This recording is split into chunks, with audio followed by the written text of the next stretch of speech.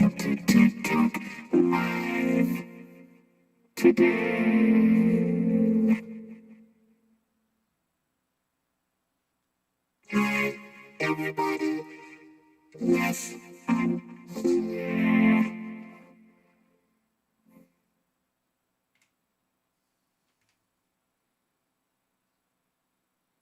One moment, please.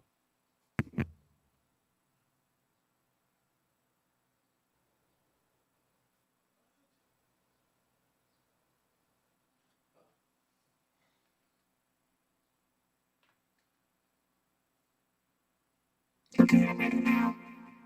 Let's hit it.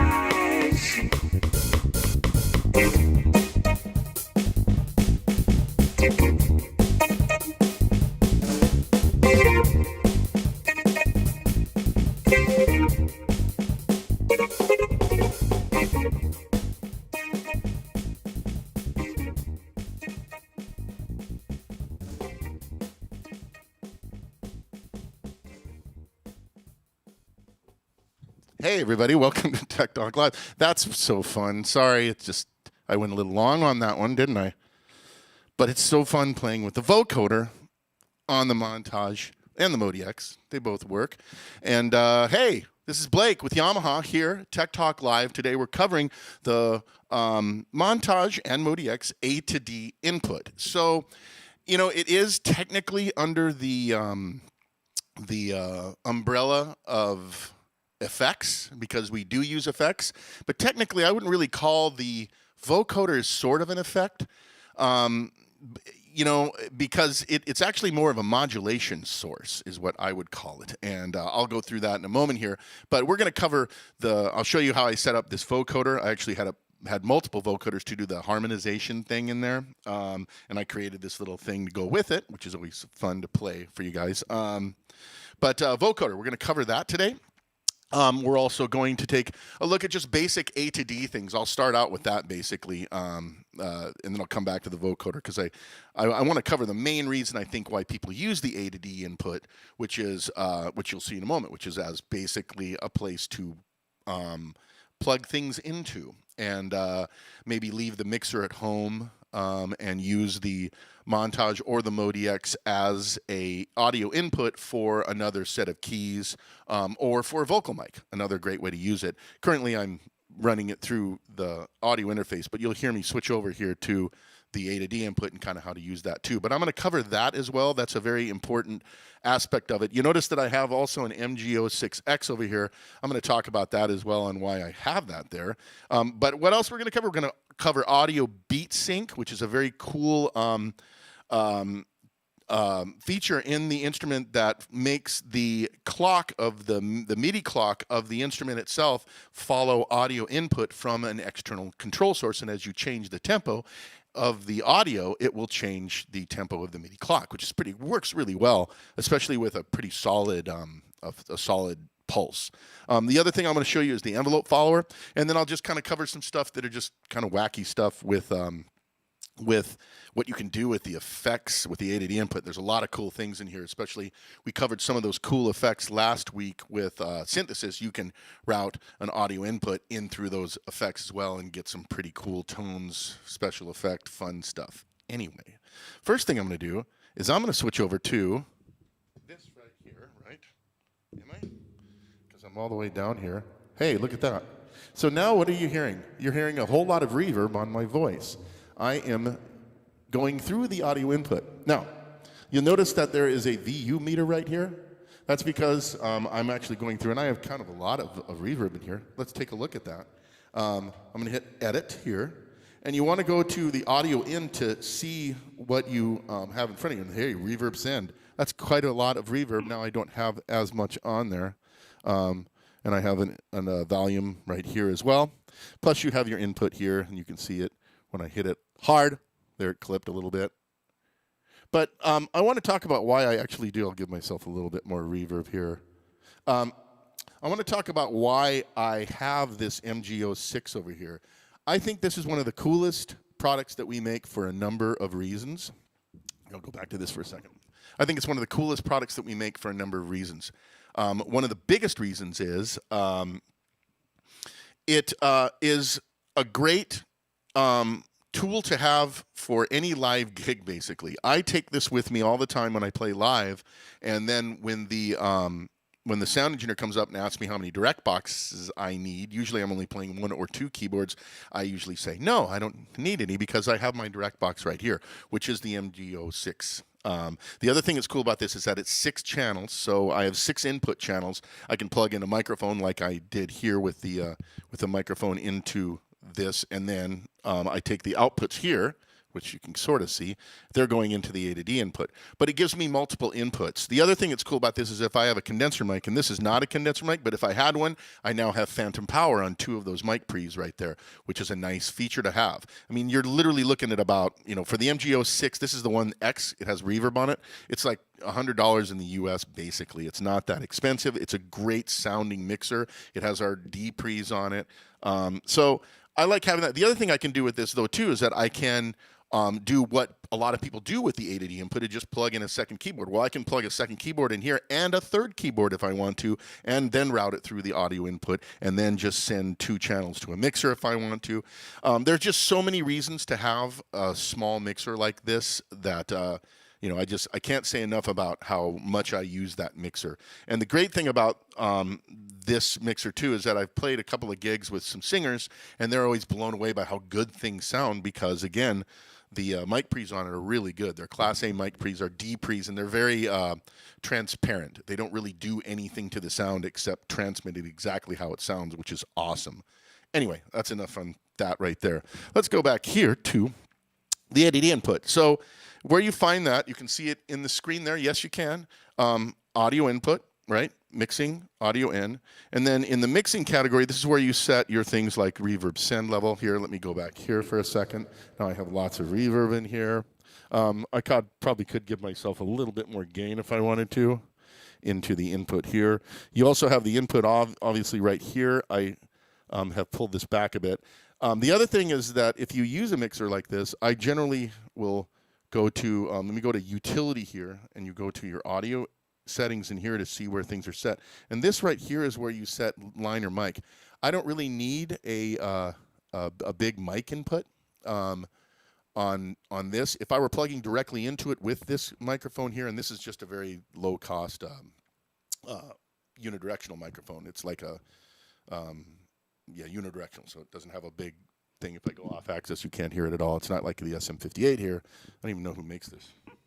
Oh, it's a Lewitt, So it's a mic. I've got like 20 mics, and this is one of them. I like using this for the vocoder. It makes it a little easier to use it. That's why I chose this mic, if you're wondering. But anyway, right here in the A to D input, I set it to line in this setup because I'm using the mixer. But if I plug directly into it, I would set it to microphone in here as well. Let me go back over to this area here. Take a look at some of the other settings. Now, and I'll go back to this mic because I think this mic, I've already set it up a little hotter over here on my other mixer. But inside the screen here, you'll notice you have things like routing in here. So it shows you where the A to D input is in here. And you'll notice that this looks very similar to a part because the A to D input really kind of functions like an additional part. So you could say that there's 17 parts. Why I say that is because you do have the same type of effects available to you right here. So currently I'm not running anything through here right now. I'm just kind of showing you. But if I touch on the input here, I can go through here and start selecting different effects to route through my A to D input, like the delay effect I just added on there. Or not compressor, how about a compressor on there, and so on. So you can set these up right here, 2 effects, and then you have your connection here, A to B or B to A. It always runs in this in series like this. So here are the 2 insertion effect edit areas. The compressor, this one right here, I don't have anything set up, but I will add a delay in here again, so you can hear it. Maybe add, oops, sorry. Oh, I just jumped away from my performance. Pardon me. Go back to where I was. And bring back my compressor, not the amp simulator. So here's a classic compressor, maybe a delay effect here. Super easy to set these up. There's my dry to wet mix for the delay, or I can turn it off. And then you also have a 2-band EQ right here that you can set different selections here for the A to D input here, and then an output level boost if you need more or less or whatever for the A to D input. And I'm not running through right now. But there you go. So basic A to D input right here for using it as a as another input. Very cool. Very simple. Now I'll go back here to the first performance I was using here, that is the vocoder. So let's go to the A to D input here, and common audio in. And in this case, now I put the A to D input for left mono. That's the setting I use for the vocoder, because I just want the single signal coming in here instead of stereo on here. It just tends to work better. I think it follows better, and it's also more just a better signal all the way through. But here is the here's where I have the vocoder, right? Let me take a look here. Audio in. Oh, because I have it. I have the wrong. Okay, so audio in. I'm looking at the part here, and that's where the vocoder is going here, and that's why I was kind of like, what am I doing? Here I am in looking at part 1, and that's where I'm going to place the vocoder. Now, this is why it's not an effect. On the AD, you don't put the vocoder on the AD input. What they do is you assign the vocoder to a part, a synth part in this case, and then you put the modulation source as the A to D input, and that's what makes it. So nothing sounds at all on the let me pull this away. On the instrument, it can pick up a little bit of my voice here. But there really isn't anything in here because the modulation source isn't being activated like it is here. So this is where the vocoder goes right here. So let me go back here. Kind of moving around between mics. So what is a vocoder? A vocoder is basically a set of bandpass filters that you that attenuate, bring things in and out to get you the sound of the instrument. And again, you have a modulation source that comes in and triggers the sound. And if the modulation source isn't there, it doesn't sound. And I also put the dry wet mix all the way over to wet in this case. But check it out. I'll move through some of the things in here. And the cool thing I love about this vocoder is that we have some formant shifting in here that's a little different than other vocoders you may have used before. So you can do some interesting things with the formants, or the kind of harmonics of the sound, I guess is how you'd explain formant. It's the things like that, wow, that kind of sound. Those are changing formants as I change the shape of my mouth or the trachea or all of this area. When you adjust formants, that's what happens. I can't adjust my trachea, obviously, but I can do this right here and change the formants by talking weird. But check it out. I'm going to bring the vocoder in, and you can hear what happens when I shift that. It's pretty cool. So I do. Here it is right here. Now I'm going to change the vocoder and then the formant up.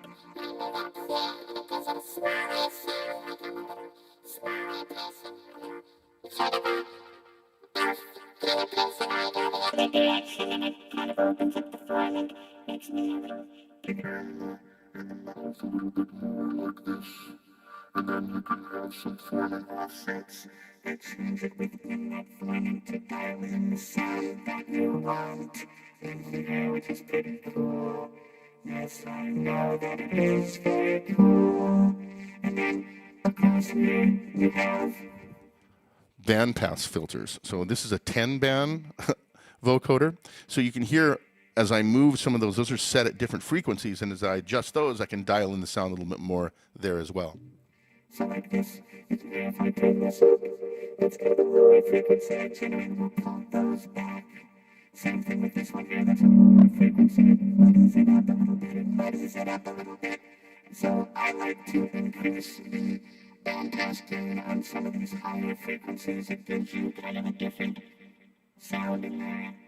And then when I find the sound I want, I'll just save it right here, which is pretty cool. Like that. So the vocoder, pretty neat. Now, something else, if you'll notice up here in the corner where I have A to D input, the cool thing about the vocoder in Montage and MODX is that you can select the part as the modulation source too. Great for a drum kit. You can do a lot of stuff with the drum kit. I actually have a sound I know I do up on Soundmondo. If you want to check it out, it's called vocoder. It's basically vocode and then vocode backwards. So it's like a palindrome, vocodavov, something like that. You'll find it up there. Just check my name. Check if you put in vocode, you'll find this performance. It's up there. You can download it. And what that is an example of a performance that uses a drum part as the modulation source to the vocoder. So you can do some cool stuff with that as well. But another thing I love about the vocoder in Montage and MODX is that because you can assign them to different parts, you can have multiple parts at the same time with vocoder. So when I turn these other parts on, as long as I have the keyboard control on, you get oh, what am I doing? I gotta remember which microphone I'm using.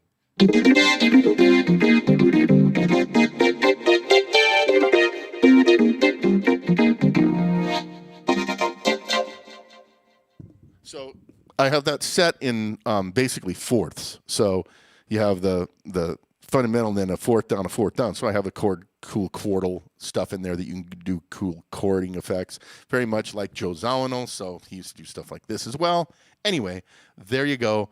Vocoder, very cool thing that you can do with the ADE input on Montage and MODX. So what I want to do now is let's take a look at well, I'll do audio beat sync. So I've moved over to another performance here, and this is just a big.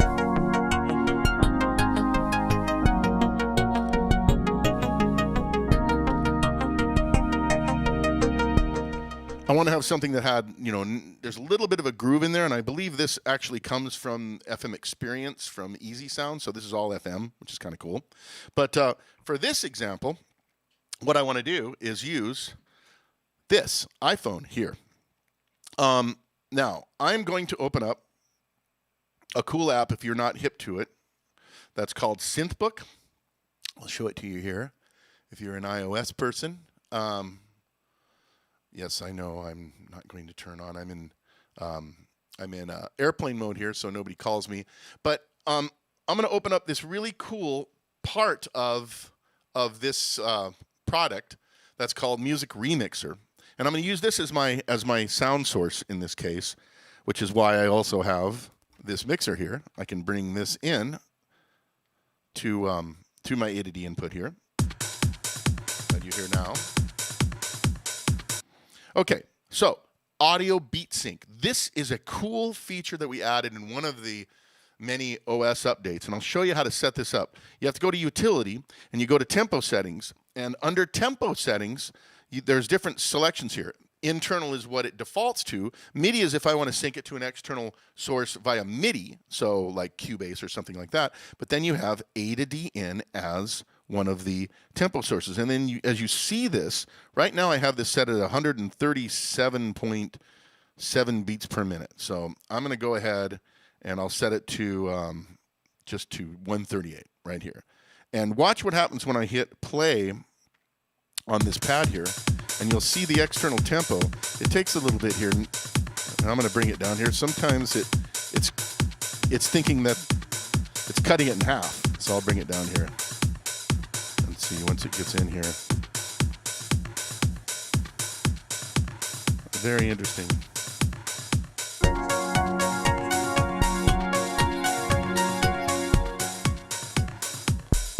So it's thinking that is exactly half. Usually this works way better than that, but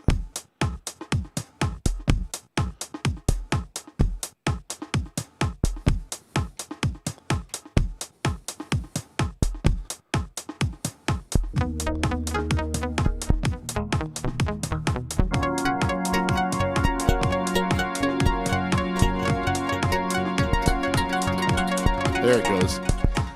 I've had this happen before where it at first it kind of freaks out and it does it and thinks it's in halftime, but I got it now. Now it's in here.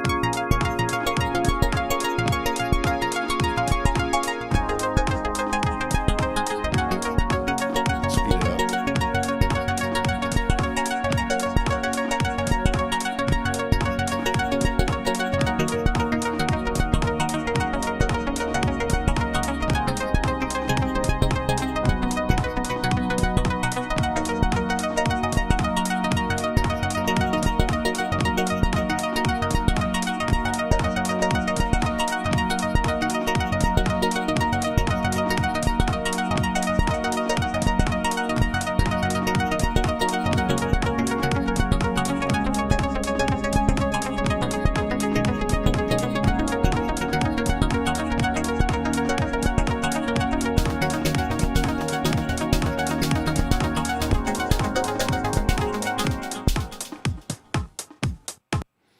So you get the idea. Now, again, sometimes that can happen. It thinks that it's half than it is. But if you mess with it a little bit, it'll lock in. And once it locks in, it's pretty much in. This is a cool feature, especially when you have a solid source. I would say that things that have solid 4/4 time is pretty important. It has a solid kick drum. So some people will ask me, what if I have my drummer in my band that's playing an acoustic kit? And I said, yeah, it will work. You just have to be careful about making sure that the A to D input gets a proper solid pulse so that it can find it. So if you're doing a lot of stuff that's in 7 and totally syncopated, maybe not work here. But something that's in 4 has a solid pulse. It grabs it really well. I think with acoustic drum kits, you just have to make sure they're really well mic'd, or something like our EAD system is really a great piece to use with Audio Beat Sync, because it really does mic the drums quite well. The EAD thing works really, really well. So that's a great piece to use if you're using acoustic drum sets. And of course, electronic drum sets work really well with Audio Beat Sync. But a cool thing to do, and basically it makes Montage listen to live music. And as they change in tempo, which a normal drummer generally does a little bit, this will move right with it. Today it just decided it wanted to go halftime. Anyway, Audio Beat Sync, another cool thing that you can do with the A to D input on the on Montage and MODX. Hey, I want to keep this in here actually, because I want to show you this next thing is the envelope follower. Again, not really an effect, but the envelope follower, what it does is, let me set it up for you here. I'll show you exactly what's happening here. Go to Edit. And I just have a pad sound in here. And what I did was I set up one of the control sources in here. Let's go to where I'm at here. Envelope follower. Oops, all the way down to the bottom. Right. Where is it here? Okay. So check this out.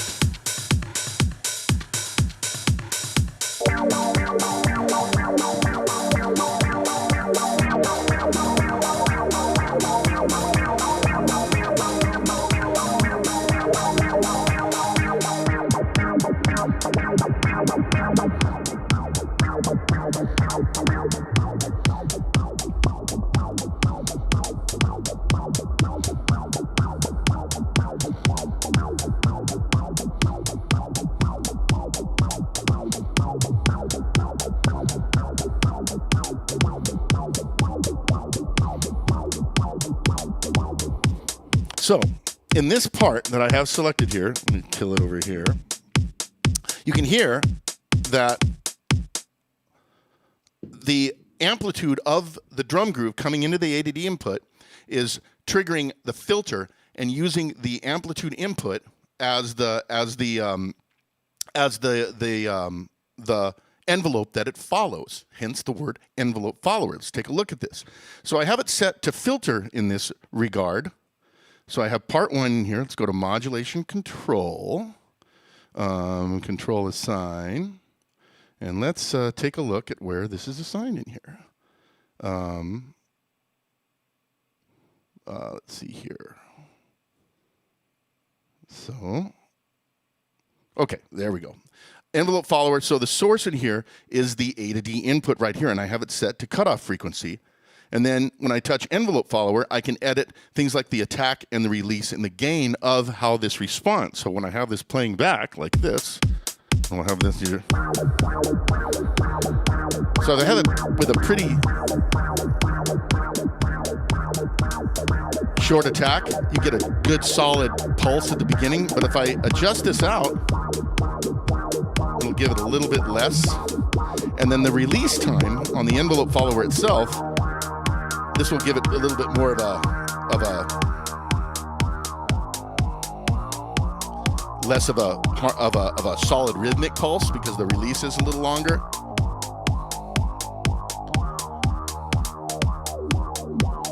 Or shorter if you change the release there.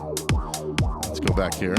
Now you also have your curve type in here that I change to find out where that nice spot is in the filter that I want to get to. Like if it's too much, it doesn't really give the effect that I want. Or if I go the other direction, there's barely anything there.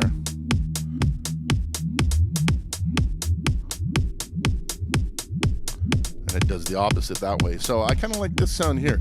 Plus the fact you can do some really interesting things with those curves in here.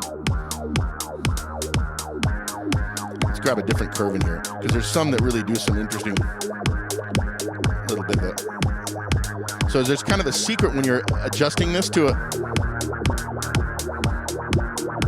a different curve, is tweaking these parameters in here. You can really find some interesting kind of, this one might be really cool actually.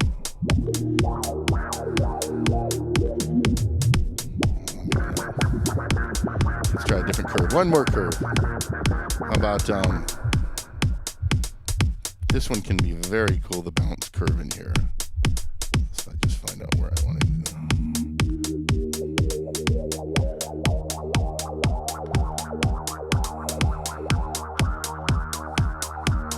It's like a triplety thing.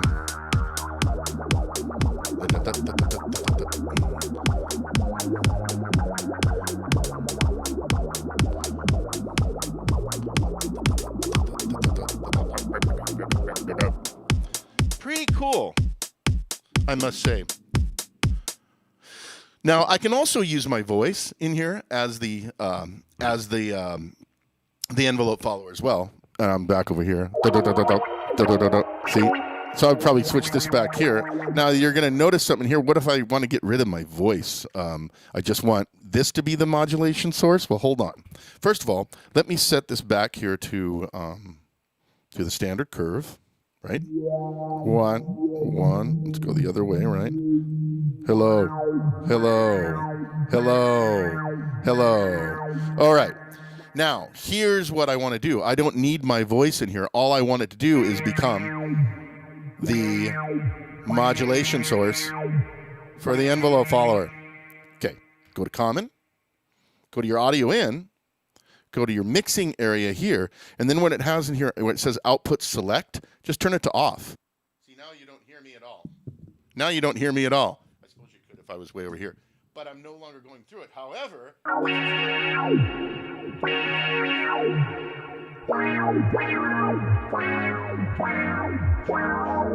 would probably try to change that maybe. Maybe I'll edit that a little bit out, but you can hear that it's now in there, right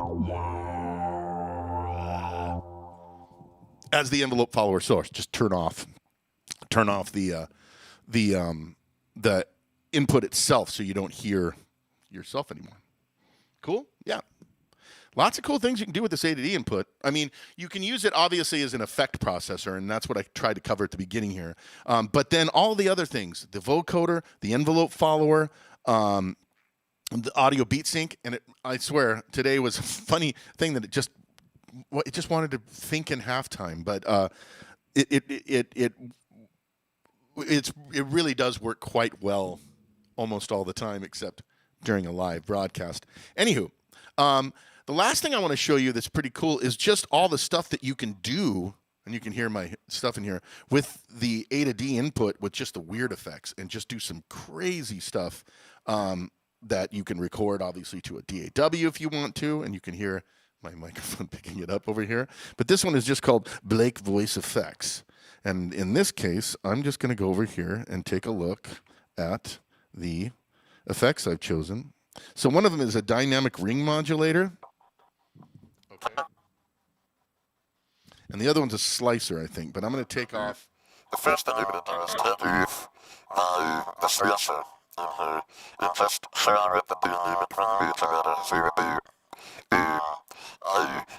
so if I ever were to put into any sort of let's grab this one here. Star Wars kind of effects. Now that the new Star Wars thing is on here, a lot of the sounds of the droids and stuff in Star Wars, they used modulators to do some of their voice effects in there, and then you can do some really interesting types of long sounding stuff in here, and it's a dynamic modulator, so it actually follow the sound and stuff in here quite effectively.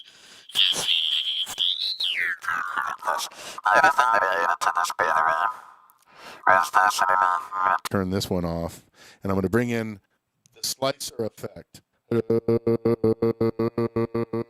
Yes, this is another cool one that I like to use in here that you can do some pretty interesting stuff with, because it also does the panning in here, but you have a little bit of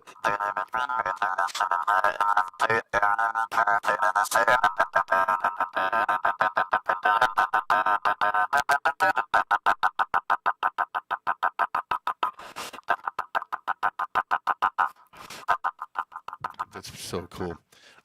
And that's just one of the effects. I'm going to keep both of these mics in here so you can hear what's going on here. Other effects I like to use in here, definitely the tempo-based spiralizer can do some interesting things as well.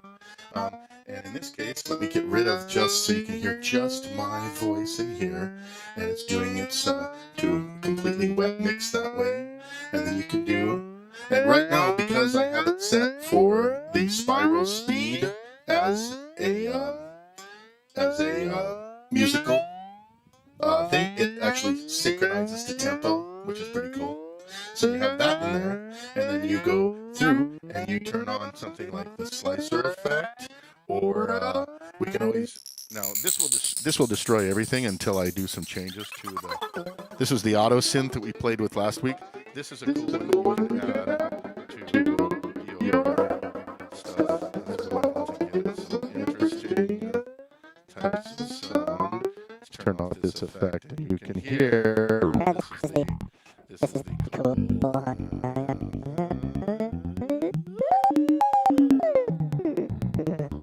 See, to me, one of the coolest things that you can do is there's tempo spiralizer and auto synth. Oh, it can get weird. I just totally hope the whole point of this is just experiment with this. This is such a cool feature to have this A to D input, and all the things that you can do with it really do make it into not just a cool effect processor, but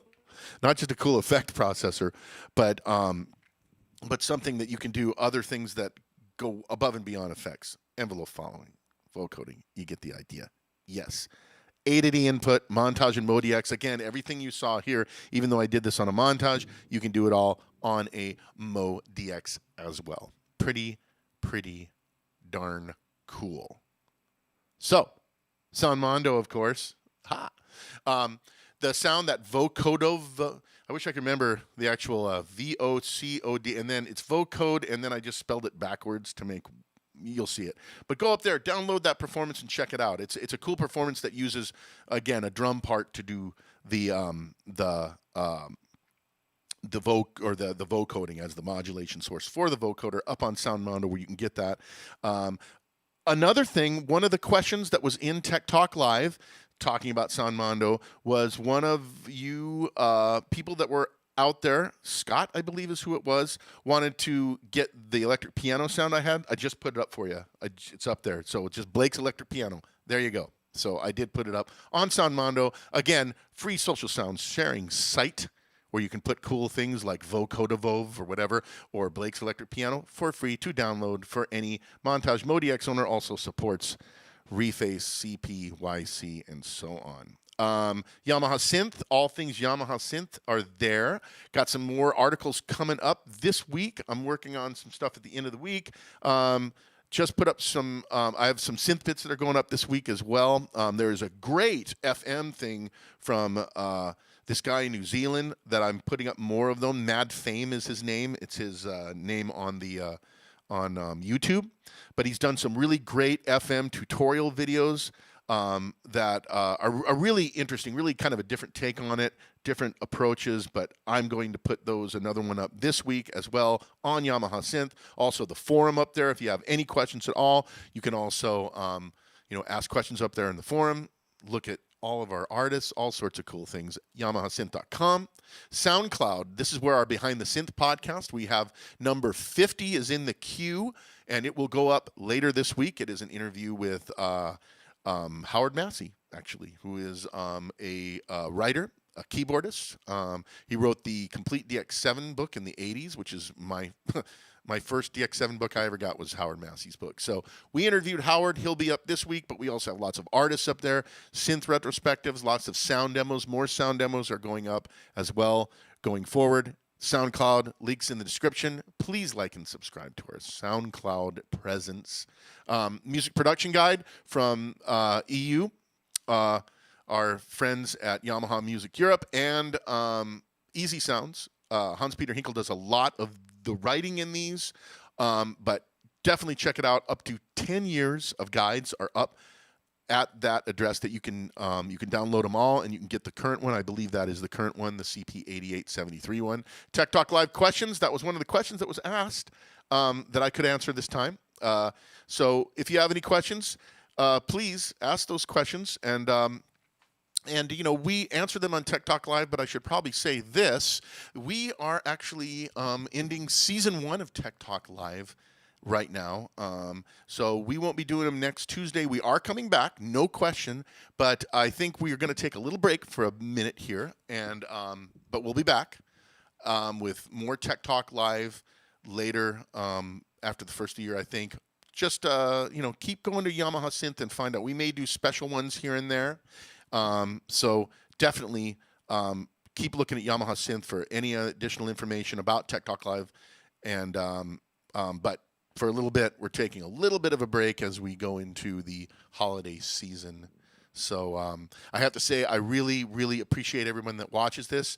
And it's amazing. I look at the first ones that we did when I had just basically my iOS devices. And then as we move forward, I got better cameras, better understanding of how this works. And then we started bringing in, we always started with myself and Hans-Peter Hinkle in German. But now, check it out. We have Manuela Montesanti doing it in Italian.